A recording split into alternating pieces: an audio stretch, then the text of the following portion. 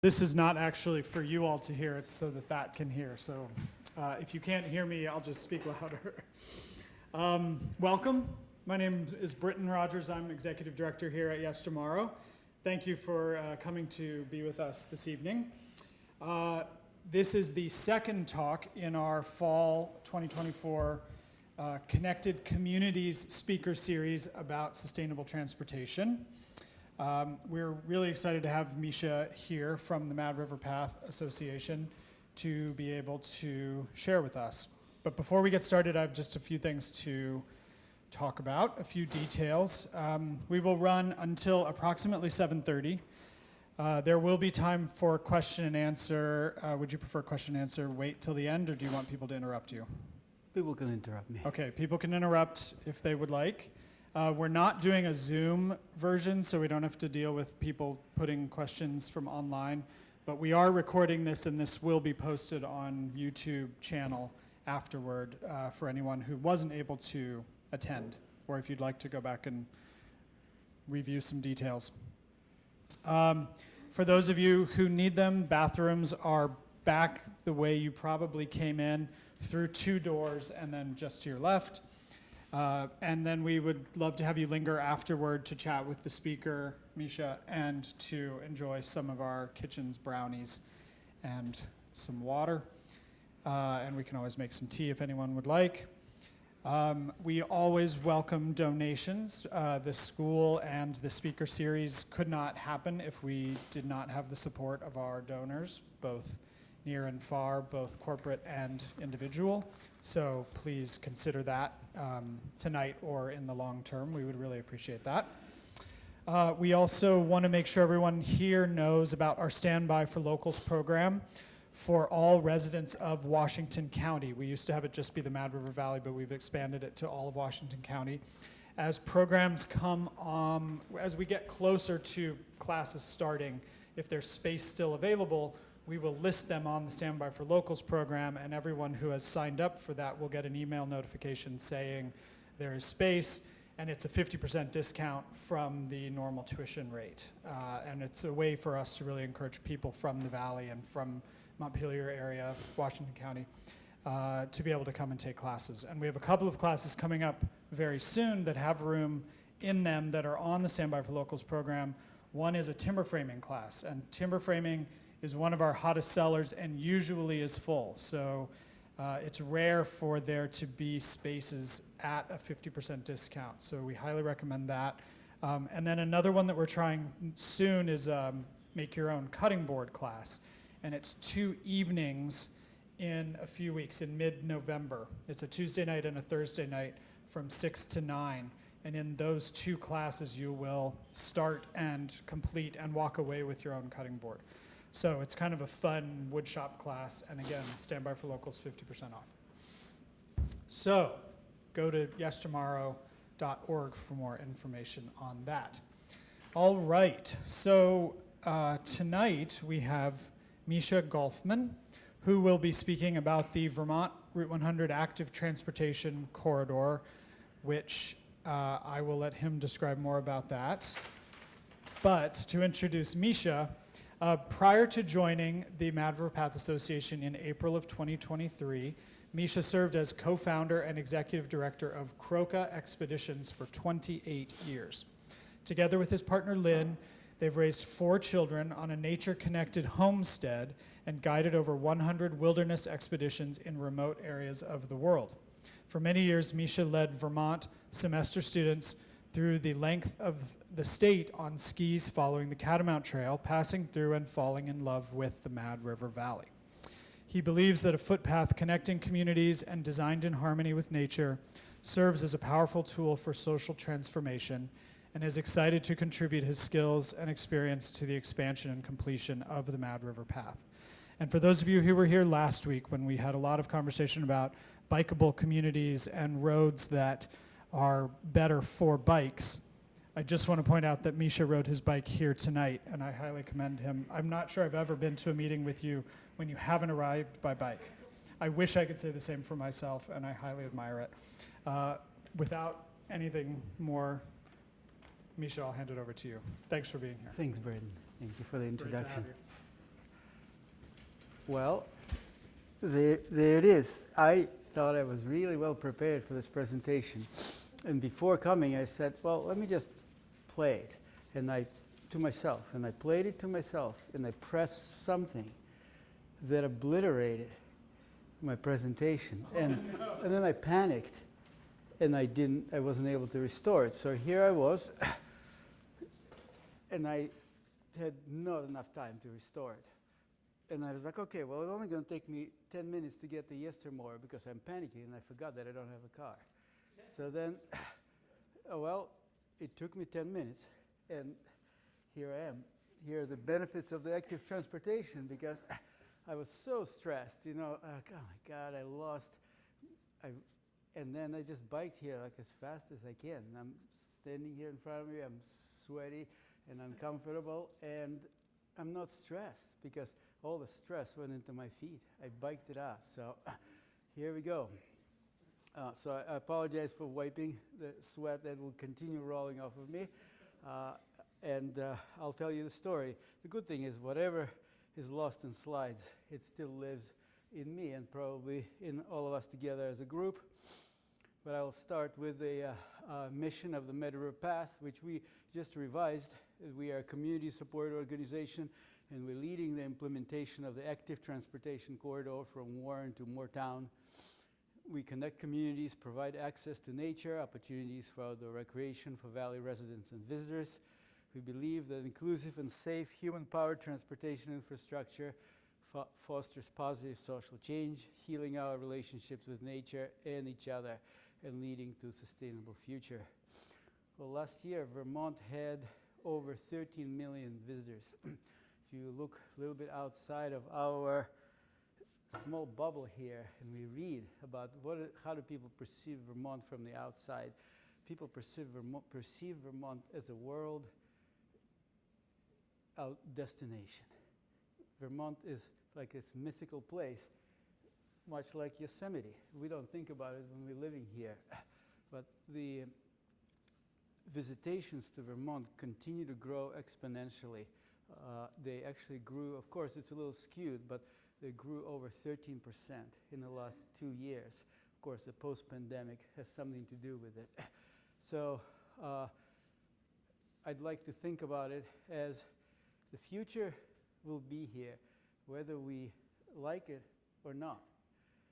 If we like it, if we welcome the future, we have influence upon it. We can envision it and we can design a beautiful, positive future. If we resist it, it will be here anyway, but it may not be as good as it could be because we were resisting it rather than welcoming it in. So in this presentation, I will talk about why it is important for us to think about the future and the future of sustainable tourism in Vermont and sustainable living here for people who live here in the Meadow Valley. So let's define active transportation.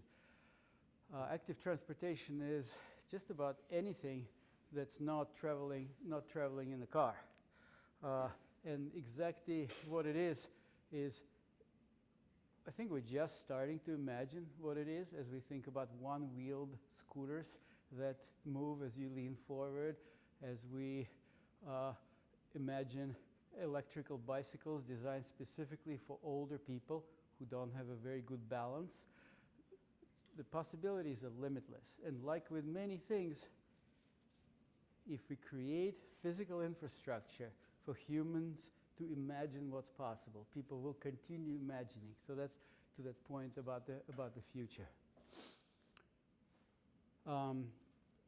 What very important for me about active transportation is that it's really inclusive, because just about anything, well, you could walk, you could go on a one-speed bicycle that you get in a yard sale. So it's really accessible to anybody, regardless, unlike the car, right? The car ownership costs on average $6,000 a year, whether it's a new car that you're paying payments on or it's an old car that you're constantly repairing.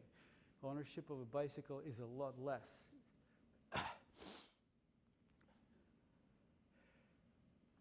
You probably cannot see that, and that's okay, but it's kind of a conceptual map with Warren Village here and Route 2, Winooski River, and across Vermont here. So this is a conceptual idea of what this corridor is going to do and what is going to connect.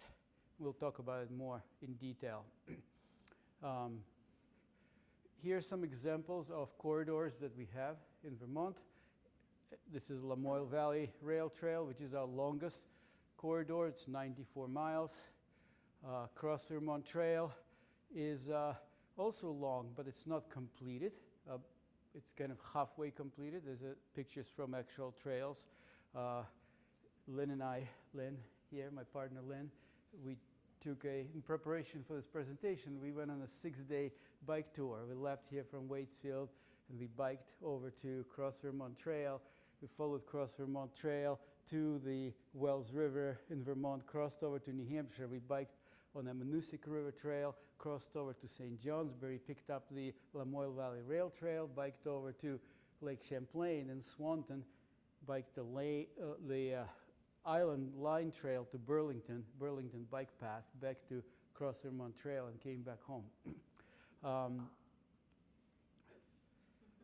That to the point that it really doesn't make any sense to be presenting about something you don't know, right?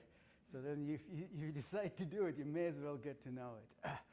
Burlington Bike Pass is of special interest to us because it's about the same distance, same length as what we are building.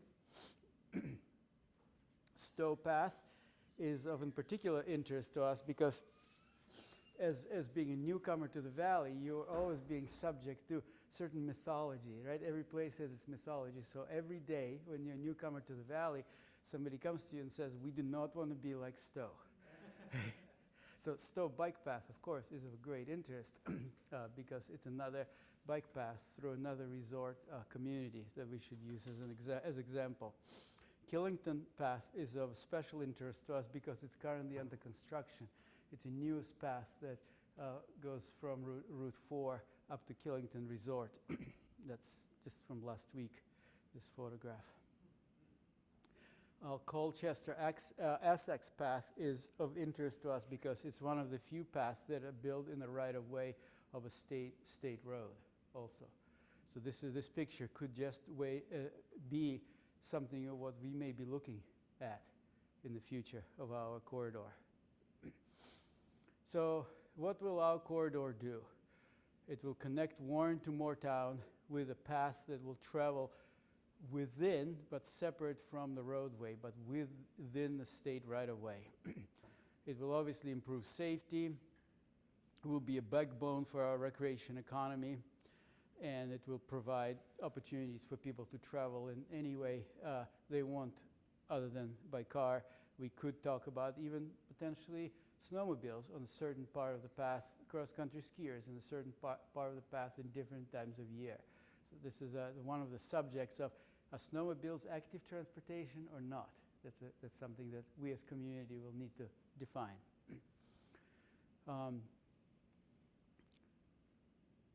This path is going to be an alternative to vehicle travel. It has potential of substantially reducing our carbon footprint when coupled with willingness of people to change. And I would argue that if you create a path, people will start changing the patterns of how they travel.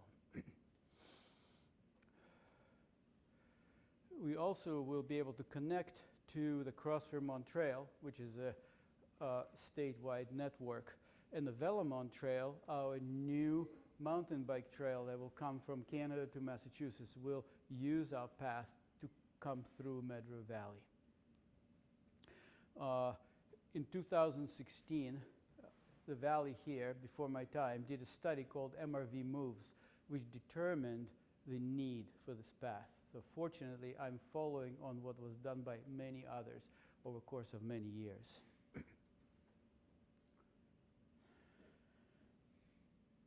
So a path like this allows for a lot of cooperation between just about everybody. I think that it will make Medway Valley a better place, as traveling by slow travel allows for us to connect to one another and see the needs of others. So I will talk about details, and I hope that anytime anybody has a question or need clarification, please interrupt me. So last year, we took a year to build a coalition of support. We brought together many organizations. We held some 48 meetings, public meetings with different players, which allowed us to apply for funding, receive the grant funding, and now we're in phase 2, which is a corridor study. It started in September, it will end in July. When we complete the study, it will open the door for us to apply for construction funding. So starting in December 25, we'll begin project implementation. So we're going to talk about now very specific details. How wide is the state right-of-way? In Warren, the state right-of-way is 100 feet wide. In Waitsfield and Moortown, it is 50 feet wide. I drew a little picture here to illustrate what it's like to build a path to build a 10-foot bidirectional path in a 50-foot wide right-of-way. So starting from the top, we have a 10-foot bidirectional path separated from the road by 5-foot grass strip, followed by a 3-foot shoulder, followed by 12-foot travel lane, middle line, another 12-foot travel lane, and another 3-foot shoulder. And that gives us total feet of 45 feet. So that illustrates that theoretically, in a narrowest portion of the road, you could build a path separated from the road. Does anybody have any questions about this specifics? Yes, Kevin? I think the typical out there is 11-foot travel lanes and 4-foot shoulders. And that's ideal, in my experience. But that would give us the same dimension. Correct. And Nuance, but it's important for yeah, pedestrian use along the shoulder. for sure. And you know how the 12-foot is a standard travel width. This came to be during the Eisenhower administration when the highways were built. And the government was wondering how wide should the roads be made, because in Europe, roads are sometimes 7, 8, 9 foot wide. Why do we have such wide roads? Because the military said, well, let's build them 12 feet wide so the tank, which is 12, can fit in one lane. So if we need to take the tanks down the road. So that's the standard we have. Why do we need tanks? That's standard. Narrowing the travel lane also is a traffic calming effect. Okay, so this is how it's a very theoretical picture. But what is it going to take? In reality, it's going to take a lot of redesigning of actual road. It may take moving the travel portion of the road to one side, right? So it's going to be slightly different than the picture. But the good thing is that it's entirely possible, and the state of Vermont is really excited about it. They even created new rules for us, because this is the first corridor study of such length, and they created new rules called corridor study rules. So they're on board. And the biggest thing that really, for us to succeed, is we need the valley to be on board. If all of us and our municipalities are on board, this is going to happen. And we'll talk about how it's going to happen. So how much is it going to cost? So 10-foot wide bidirectional aggregate or gravel path, such as what you're looking at. This is a picture from Lamoille Valley Rail Trail. Will cost, looking forward, with inflationary increases, about $600 per foot, or $3 million per mile, if built with the federal transportation dollars. It could cost a lot less if built with private funding, and we will get into this a little bit later. So if the entire corridor is built with federal dollars, it will cost about $50 million. And then there's a question of how could it be funded. So currently, I listed the ways it could be funded through federal transportation budget. So I will back up to say that both the bipartisan infrastructure law and the Inflation Reduction Act allocated incredible amount of money for the first time ever to active transportation. So right now, we are in the best time ever to be doing this, what we're doing. And all we need to do is we need to vote next week to make sure it stays that way. So we will, I guess I'd say that in a week, we're going to know things, it's just going to stay that way. And maybe even going to get better. So through this money are rained down in 2 grant programs. One is transportation alternatives, and one is called bike and pedestrian program. The state of Vermont administers them, and we could apply biannually. And each of the programs could build us about a 1 mile of path at a time. So that's to just communicate to all of you how long it's going to take. So if we are on a roll and we're just using transportation alternative, bike and pedestrian, we could be moving at a speed of 2 miles a year, which is actually very fast speed. From the moment of getting grant to the moment of actually building, it will also take 3 years in between. This was a shock to me. But fortunately, to Meadow Path, one of the first things we did in my tenure, we applied for a grant for construction of Sugarbush Access Road Path, and we got the grant. So we got close to $1 million grant, and we are constructing just a little bit short of a mile path, which is being designed. Currently, it's designed, but then it's like a 2-year buffer, and that's what it takes to go through National Environmental NEPA, National Environmental Protection Act. So it's all good and legitimate stuff to make sure that we're not destroying environment without construction, but it takes a very long time. So we received our grant in March of 24, and we're going to begin construction is scheduled for the summer of 27. So that's just to give you a rate at which speed at which is going to happen. So some of you younger folks, you may already have children thinking about pushing strollers down the path. Some of other people here may think about getting an electric bike, switching onto electric bike when it's ready, but we'll all be here.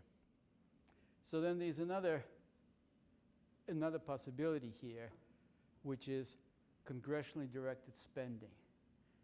Once we get rolling, and this project is recognized by the state as a regional priority project and a state priority project, other money will become available for this. And we applied this fall for the regional priority list. We will know soon. Finally, there's a recreational trails program, which is kind of a drop in the bucket. But not all of this 17 miles need to be built in the state right away. And I'll talk about it in a little bit. I just want to make sure I'm being clear about what I'm talking about. So the caveat here is that all federal funding requires 20% local match. So one way or the other, we're going to need to raise a lot of money. Given current situation with taxation, with taxes, it's not likely that any of the municipalities will be able to allocate any money towards it. So we're looking at other sources of money, private foundations, private individuals, but I believe this is within reach. So the study team, we are helped by Meadow Valley Planning District, the Agency of Transportation, and the Central Vermont Regional Planning Commission. And now we have an engineering consultant called VHB, and they are doing our technical work for us. And the study team is supported by an advisory committee. Advisory committee has members from all 4 towns, from Warren, Waitsfield, Facein, and Moortown, and represents all important interested organizations in the valley and municipalities. It's interesting you have Hadley on there. That's so cool. Just keep going. Well, Hadley, just for those of you who know, he's a farmer, you're a neighboring farmer, and he said, well, I don't need this path. But I see that others do. I watch the bikers go by me all the time. I don't, it's important. So if everybody thinks like that, we'll get there. Well, that's actually my last slide. And that's about, it's like this is what, if those of you who want to see this happen, the action item, right? The action item for everybody is to show up at the public meeting here at Yestermorrow at 5 p.m. on November 13th, because that's the first public meeting when all our partners will be here, and that's a requirement by state of Vermont to know that the valley communities are actually invested and interested in this project. So please come to support us. That is kind of what I was going to say, and now please ask questions and we can just talk, and I will. If I could just make one quick note, Close. we do have a microphone that maybe Brendan can still have. Yep. For the camera, so if you're asking a question, please use the microphone. Let me get to it. Yeah. Who has questions for Misha?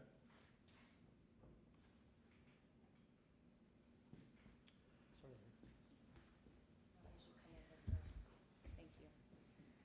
You mentioned the regional priority funding list. Is there a process for being added to that? Yeah, so the Central Vermont Regional Planning Commission, they have an application process, and we applied through that process, and then there's a group, a committee that decides which projects go on the list. If we get on the list, this helps us get funding. Yeah, so it's a well-prescribed process.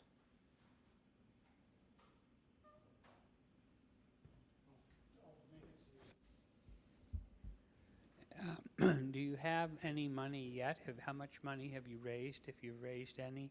And you're the executive director, so you're kind of running the program. And who are your current partners? So we've raised what we needed for the study. When the study is completed, and we have an engineering study that is showing that corridor is possible, that's how it's going to look like, and the public, so we're going to have 3 public meetings. First meeting in November is for people to just look at the blank map and say, we would like path to look like this, to be here. We would like it to be paved or gravel. We want to go here in the fields and here along the road. Any considerations from the public? Our second meeting is going to be in January. So it's a long answer to your short question. In January, we're going to present the possible layouts of the path. We're going to say, based on what we heard and based on what we studied, it could go like this or like that. And people will be able to comment on that and see those possibilities. And finally, sometime in March, we'll be able to present our preferred alternative, to say, based on everything we've heard and everything we've studied thus far, this is what it's going to look like. That's going to be vetted with the Agency of Transportation. In the end, Agency of Transportation is an engineering group. We need to present them something that can be built. If they look at this and they say, yes, it can be built, then the door opens for us to start applying for funding, and simultaneously, we will need to be raising the money. So it's the first half of your question. Second half of your question, who are the partners? Our partners are Medway Valley Planning District, which is a tri-town planning district, the Regional Planning Commission, Central Vermont Regional Planning Commission. We hired an engineering consultant, and then Agency of Transportation has a project manager that works with us. So we get together weekly and we move forward as a group like this. And then the advisory committee looks at our work once a month or so and gives us direction where to go. Did I answer your question? Yeah. Thank you. And you might mention that, you've conferred with select boards and planning commissions and conservation commissions as well. Ongoing, yeah. I think of them as partners. Yes. Well, first I want to say I'm so excited that you're here spearheading this. I feel like I know Croca and I know your determination, so I'm really excited you might actually accomplish this. So, and you partially answered my question, but a long time ago, before you arrived, I threw out this idea that we would have like a map of all the properties at the farmer's market, so everybody could highlight, like if they wanted the path to come across their property, they could like color it in yellow so you could see like who wanted it, and it would, anyway, it sounds as though at the next meeting you're gonna have a little bit of that sort of thing happening where people can say, I want it here, I don't want it here. But I also think it could be really useful to put it, and maybe the farmer's market doesn't work because it's winter and the time, you're doing stuff in the winter, maybe town hall or some other public place, like where more people from the public could have access to like a property map where they could say, I would love to have it cross my property, so that, because I feel like I was hit by a car in a crosswalk in my 20s, so I'm very car weary. But when I see the path so close to the road, I understand why it has to happen that way in some places, but when it can be further away, maybe there's a way to do that. It sounds like you're gonna try to do that, but knowing who's on board to help you would be really useful, I think. But it sounds like you're doing that at the next meeting, perhaps. Am I right about that? Yes, I'm sorry that you were hit by a car. I'm fine. I'm walking. I'm good. Okay. I'm good. So, yes, this is we have to strike a balance.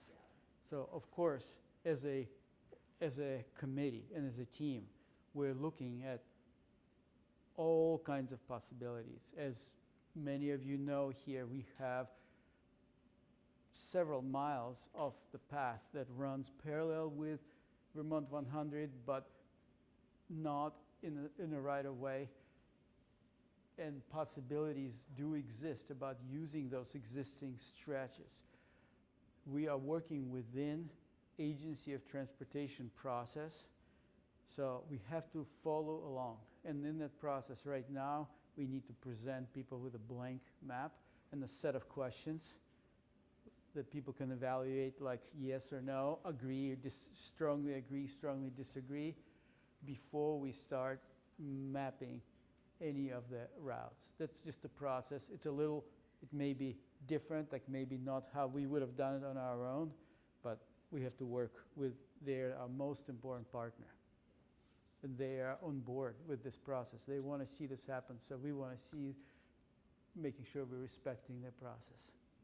So we will get there to what you're asking. We will get there, but not tomorrow.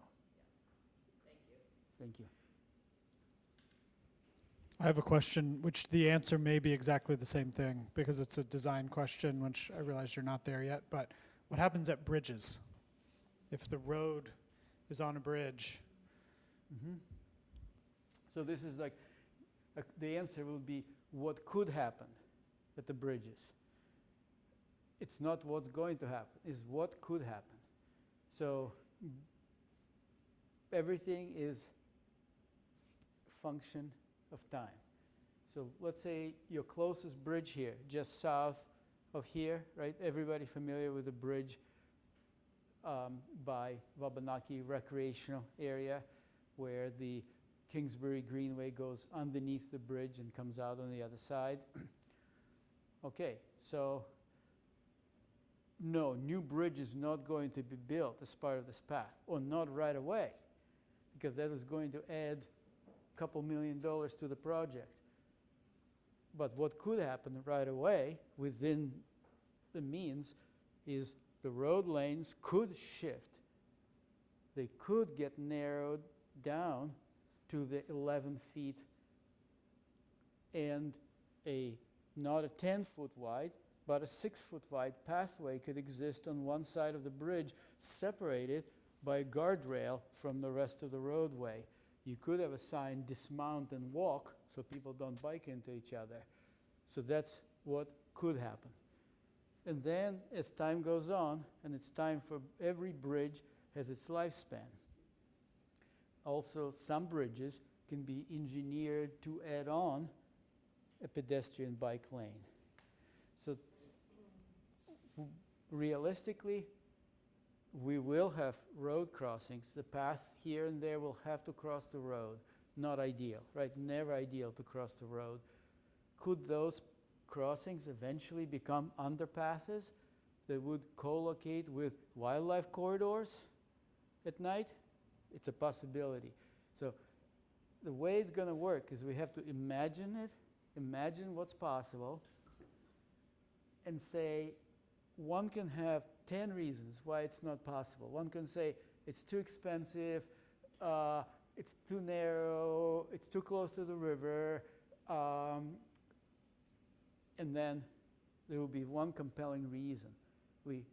If we want to move into the future in a deliberate way and stop thinking of traveling as traveling by car, and think that the design of this life with cars as the only way to get around is not incidental. It's a deliberate design.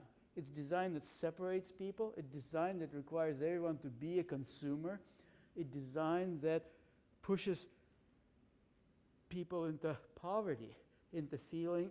It's not an equality design. It's a very segregated design. And it was not incidental. I don't think it was. It's the same, it's kind of outflow of the same way as how highways have segregated cities, got created suburbs, left people of color in poverty in the cities, right? That's just a kind of a backwash of that same process, what we see here in rural Vermont. So there are examples, completely different examples. This could be very different. This valley, imagine a bus stop on both ends of the valley and a parking lot where people leave their cars and take a bus to come into the valley. This exists in mountain communities all over Europe. The design, we have to imagine how it could be and then just work one step at a time towards it, rather than saying, oh no, we can't do that, we can't do this, because that's a very reactionary way. Because otherwise, on the other end of it, what's going to happen is there will be, if we don't do this, then we're going to have traffic congestion, like in Stowe.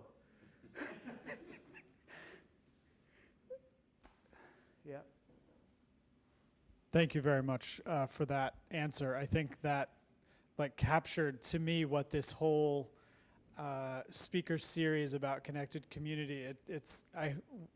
We're going to have this one be required watching for everyone coming to all the other ones. I took a class in grad school called Cars and Roads in American Life, and we spent a whole semester talking about all of that you just said, how it was designed into very intentional ways of treating different people differently.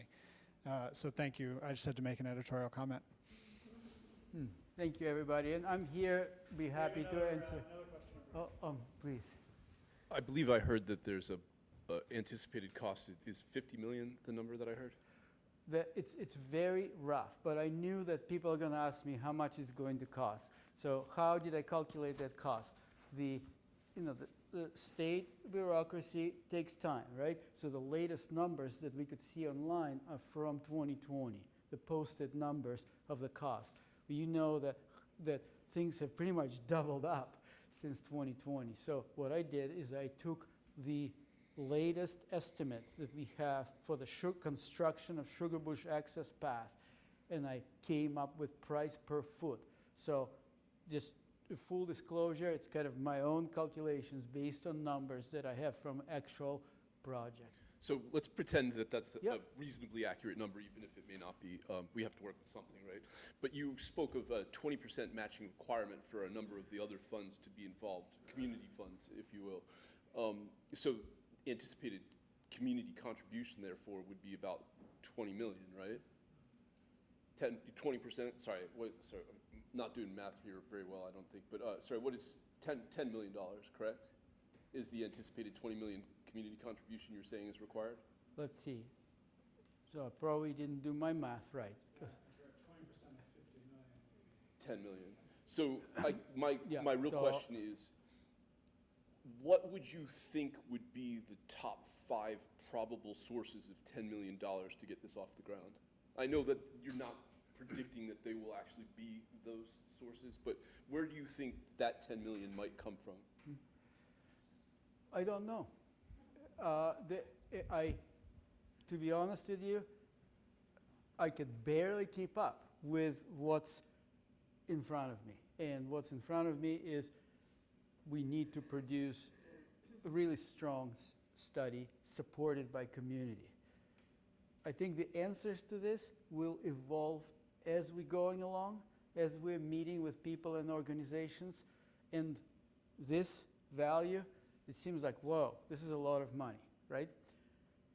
But it's the same number per foot as per square foot as it is per square foot of the road. We don't hesitate as society, as a state, we don't hesitate to repave our roads, to widen our roads. It's all about the mindset. So I go back to this. If we decide that traveling by bike, by wheelchair, by stroller, by foot is equally important, then there should be funding for this. I believe that we'll find both foundations. I think we would need to start looking outside of municipal funding. Foundations, potentially individual donors, corporate support. We're in a good place because we are the first place in Vermont that's trying to do this, and people are looking at us. And so I think there will be support. And I'm meeting with everybody I can to start looking for that support.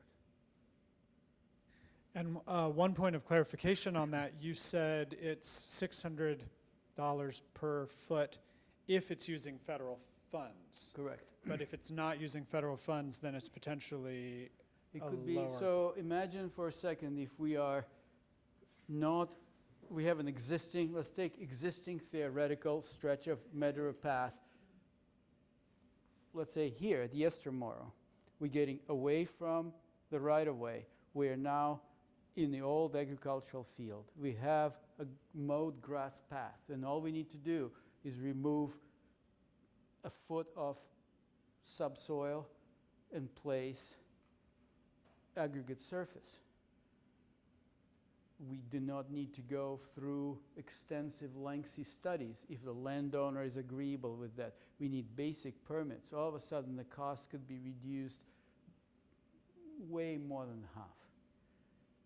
And those segments, once we get a go-ahead for the whole project and we identify those segments, all of a sudden, getting from Warren to Waitsfield becomes so within reach, especially because of the wastewater project in the town of Waitsfield and the co-location of the wastewater lines and the path, which brings us all the way to Munn Field, just within arm's reach to here.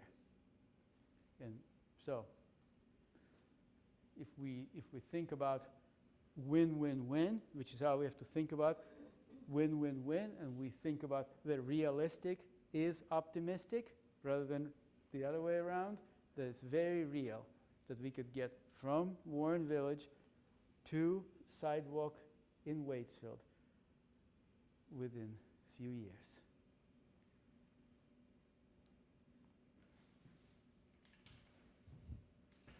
Any last questions?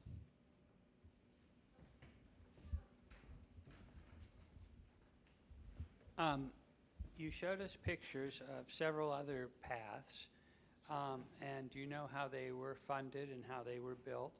There's actually 3 questions. And the second question is, after the path is built, who will be responsible for maintaining it? You know, are you going to build it and then turn it over to the state, and the state highway people will take care of it? Where is it going to be budgeted to be maintained? Mm-hmm. And the third question is, do you imagine that the path will have like places to to stop and repair a tire or to fill your water bottle, little way stations along the way, and that's it. Great, thank you. Those are great questions. Okay, they're a different story to every path.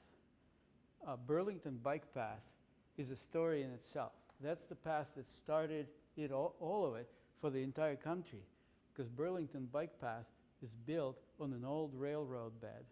And in the Burlington Bike Path, the ownership of that railroad bed was disputed all the way to the US Supreme Court, which determined that the old rail bed, based on the public benefit doctrine, has to be reverted back to the public. And it started the whole rail to trail movement in the whole country. So we were the first here in Vermont, and it took 20 years. And most of those years, it was a legal battle about the ownership of the land that was backfilled in the Burlington Harbor over the years. It's an incredible story. There's a great book. This is what I've lost is my resources page, amongst other things.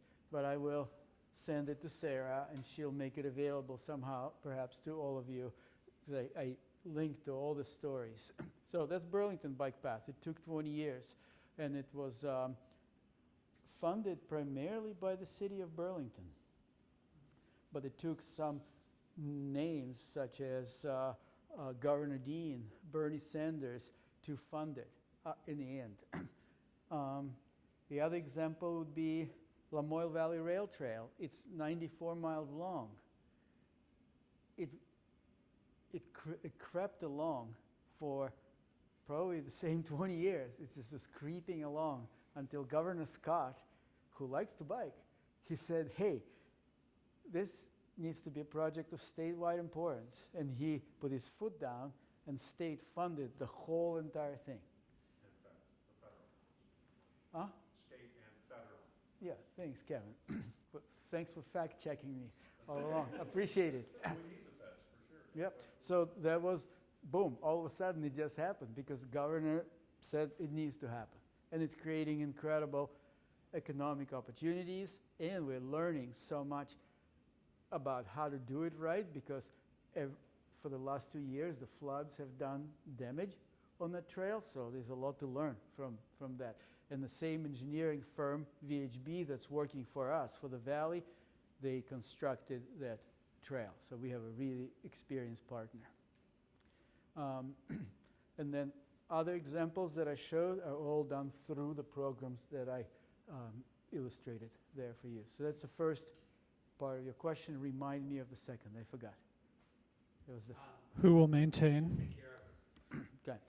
In state is very clear that they provide funding, but they don't want anything to do. They're not responsible for maintenance of this. In most cases, it reverts to municipalities. So the city of Burlington is responsible for Burlington Bike Path, while Local Motion, an organization in Burlington, a bike advocacy and organization much bigger than us, organization with many full-time staff, they continue to expand the path. They continue to improve bikeability of Burlington. And if you've been to Burlington lately, incredible changes are taking place in Burlington thanks to Local Motion. But they're not maintaining the path. The city is. So in Stowe Parks and Recreation maintains Stowe Path.